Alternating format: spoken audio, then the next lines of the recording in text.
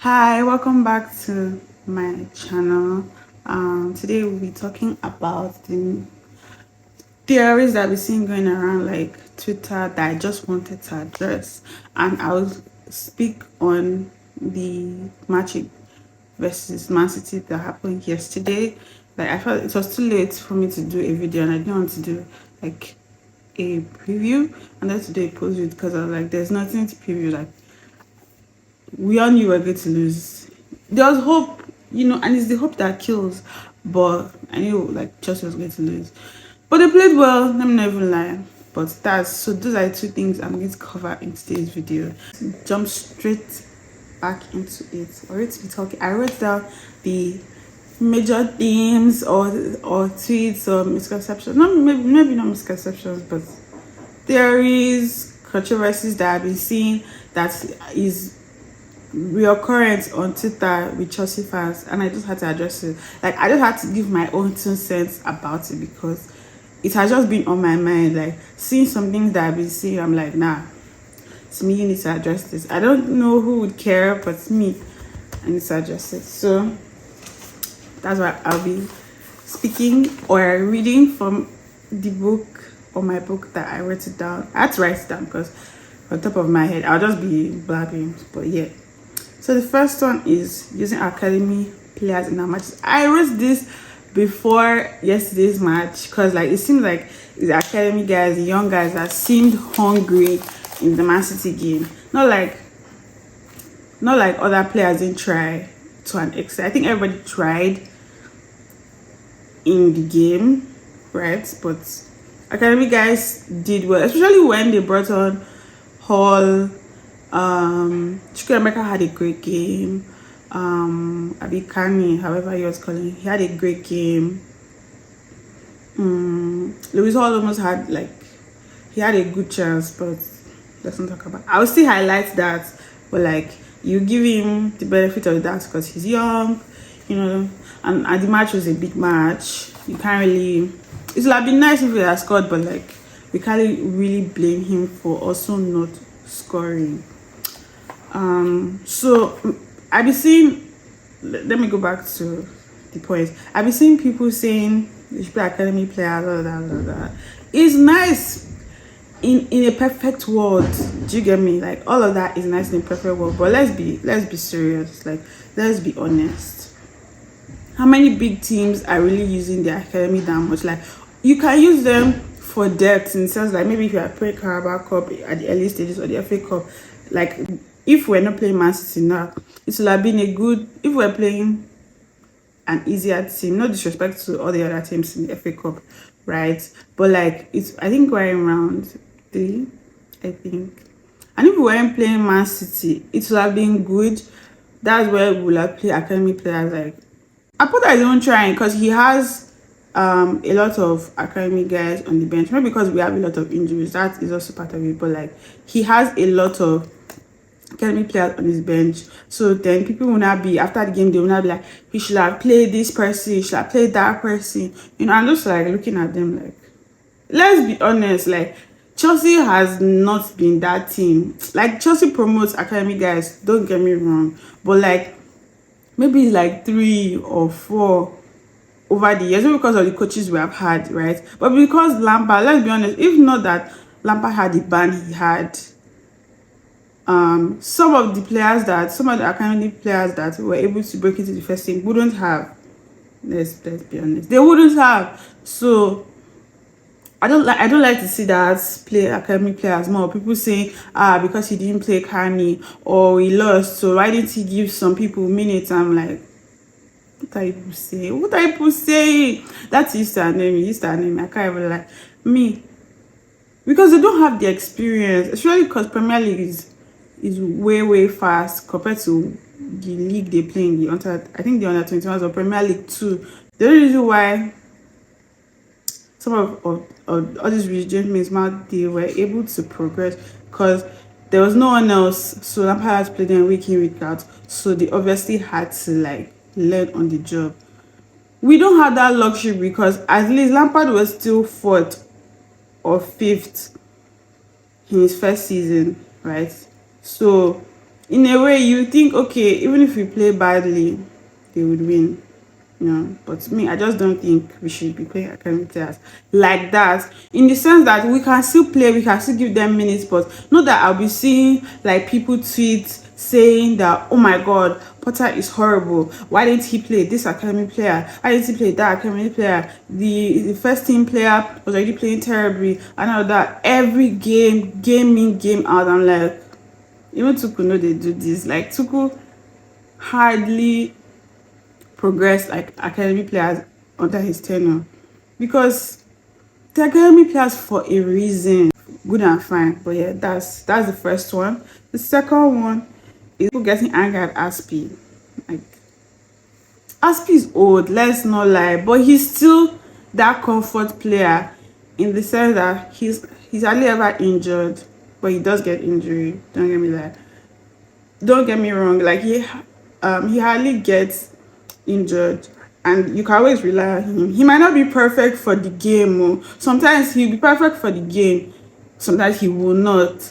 But if Rich James is not available, like I see no reason why people are complaining that they should not play him, or they should convert Chalaba to his position, which isn't bad. But as the head coach would deem it fit to like rotate the back line, that's what he's gonna do. Because we obviously saw Tuku do the Chalaba as a right back thing, but I don't think Potter, that's what Potter wants to do. Like, because some people will say Tuku used to like to play players out of position. Maybe that's why he played Chalaba there, or injury. I don't remember how things were when that happened, but yeah. So people getting angry at Aspi or using him as a scapegoat, especially in that Nottingham Forest game. Yeah, people were saying they were targeting him. Good and fine, they were targeting him, but like he still kind of soaked the pressure well enough. Even though like Nottingham Forest could have won that game, but like at least in a way he still hurt his ground. So, and you are the same people that didn't want him to go when his contract was up, because we even needed the cover. Imagine if like Aspi had gone and Rich James is injured. What are we going to do? What are we going to do? And even if we even do the Chalaba thing that people say we should do, like convert him to the right back position, although he's terrible there, what next? And this is before January transfer window, right? Like, so what do we do next? What do we do next? Because like I genuinely want to ask people, like, what do we do next? You people are not being realistic. You people want to be a top 4 team, but you don't want to be bloody realistic. Like, it's good, it was good for us that like Aspi did sign. I'm not saying it's the best of situations or best of outcomes, right? But at least like he's there for us, that if Rich James is injured, we can fall on him. Do you get me? So we need to buy a new right back. That's very, very important. Very, very important. In a way, more important than buying a center back, but buying a center back is just as important as buying a right back. But yeah, that's what I think about that. Then the third and very most important thing that keeps coming up, giving Potter time. I want you to like think with me, right? I know that somebody would say the team Tuku inherited was way better than the team Potter inherited. No problem, but I guarantee you that if Tuku still had this team, we might not be fourth, but at least be like 6 or 7. Because under him, I think we were 6th before they sacked him, I think we were 6th before they sacked him. So, and in all these big games that my pride as a Chelsea fan is hot when we play all these big teams, and I already feel like we're going to lose because we're the underdog. I hate it. Like, do you know who Chelsea are? Like, never the underdogs. Like, even if we are, you still beat your chest that don't worry.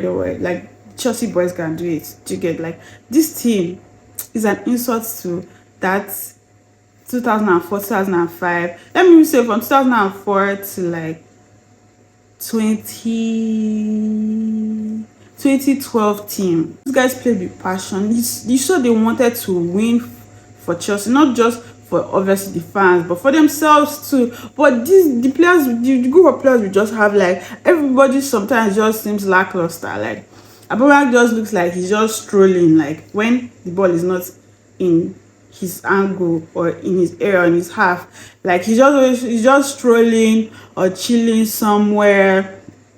Like some people will make bad passes and blah. Like you are getting paid to be good players. Like what? Let me not curse, but what are you doing? Like what are you doing? It is, it is annoying me. And people saying they should give Potter time. Like I was giving the explanation when Tuchel joined Chelsea in I can't remember the start. I'll try to look for the picture where they compared their first 10 maybe 12 games, and Tuchel never lost to any. I think he drew some.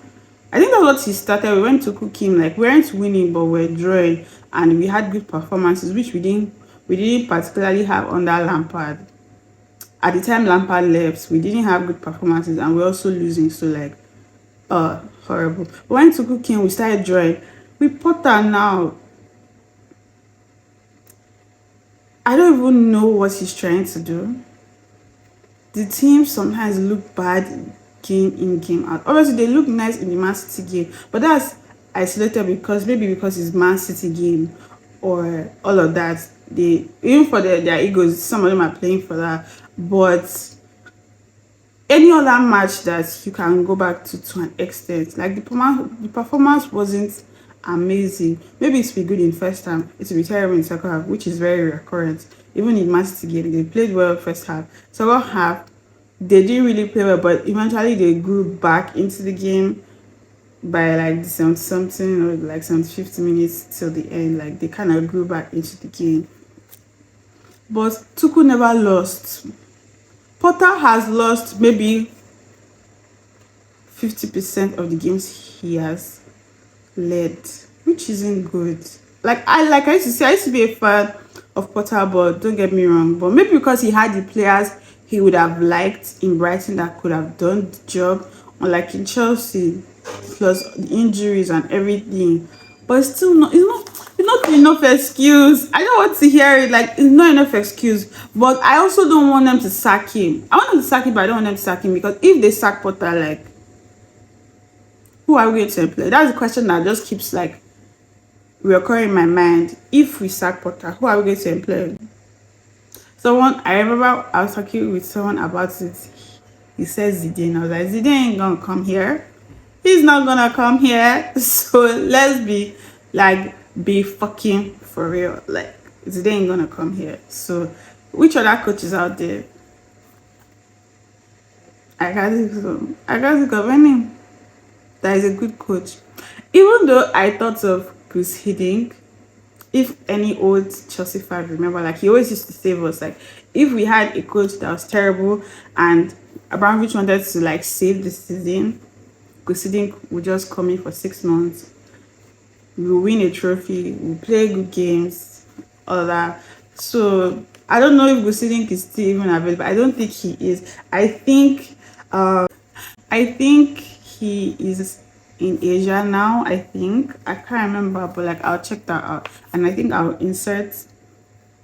might insert like where he's coaching now, but like we can consider getting him back. I get that maybe it might not work like he used to, but I think he's a good coach. He's a disciplinarian. Like he will speak to those players, like he will talk sense into there. Because sometimes I think like Potter is just such a happy-go-lucky man. Like I don't know if I've never seen him angry before.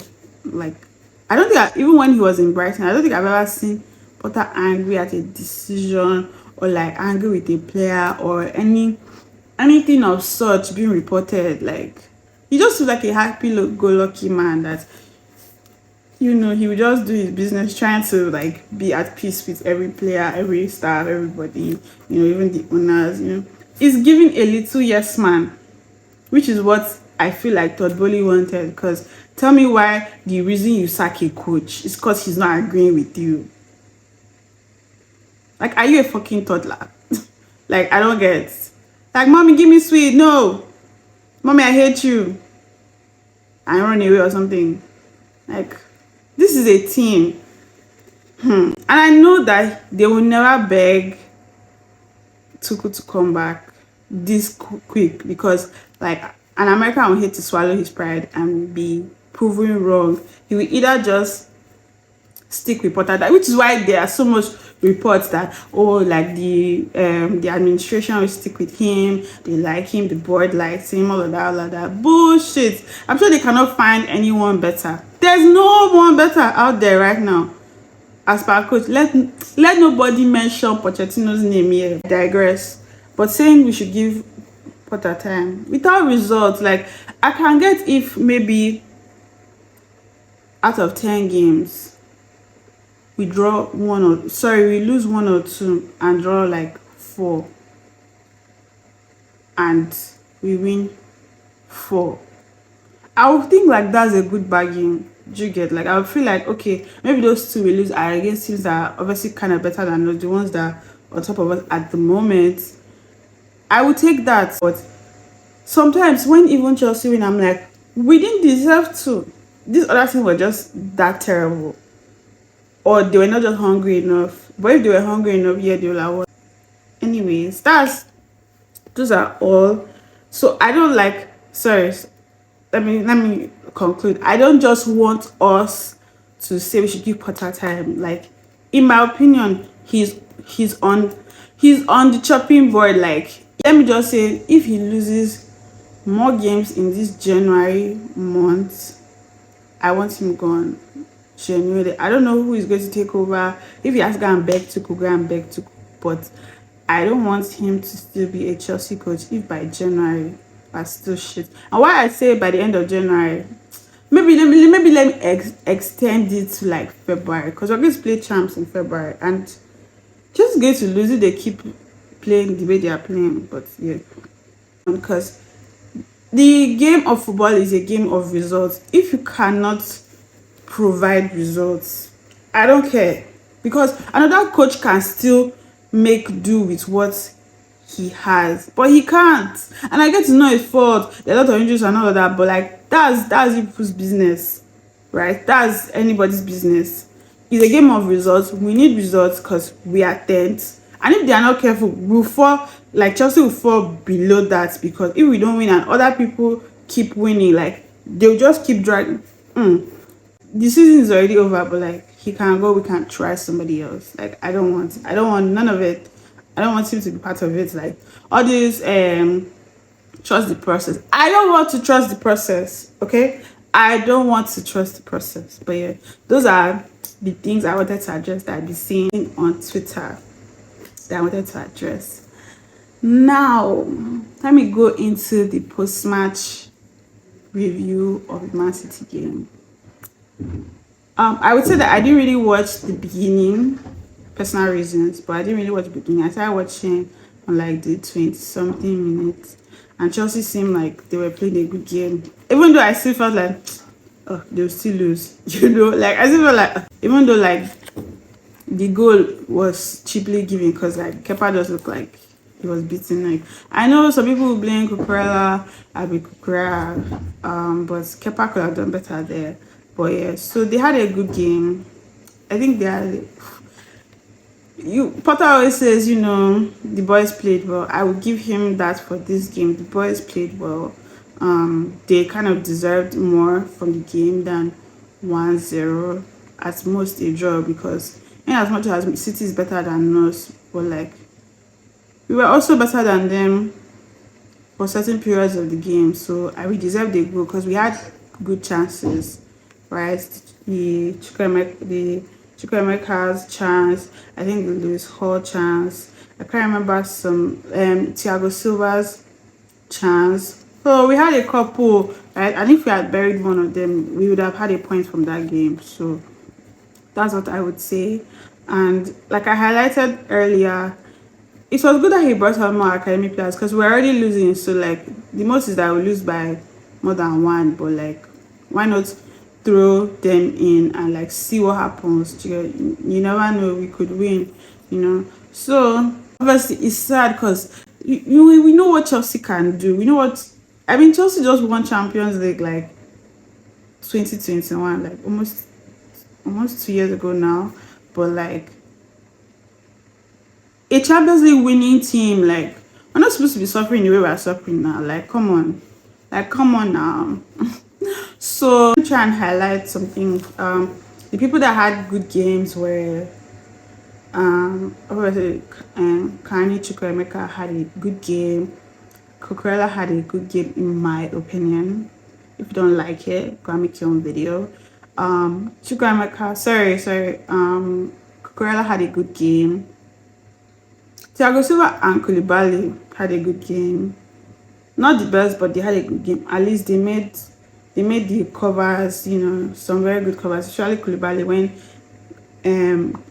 Haaland almost scored, and some other interceptions. So like they both had good games. Who else? Zakaria also played well. Zakaria, I've been seeing that Zakaria has played well. I don't know if it is him wanting Chelsea to buy him, but it's giving when Kovacic came to Chelsea on loan from Real Madrid, where like he looked like kids, but people weren't sure. And sure, we bought him because later. why not? The price was like cheap. I think he was like for something that time. I can't remember, for something sure. It wasn't that expensive, but it was expensive at least for a player that's coming from Real Madrid, right? So it's giving pre-Kovacic or something, or early years courtship. So like if we even do end up signing him, keeping him permanently for 25 million, I think that is still, like I think that is still, because I think he plays in Juve, right? Juve are having crisis. If they get relegated or get punished or whatever, their players will even be cheaper.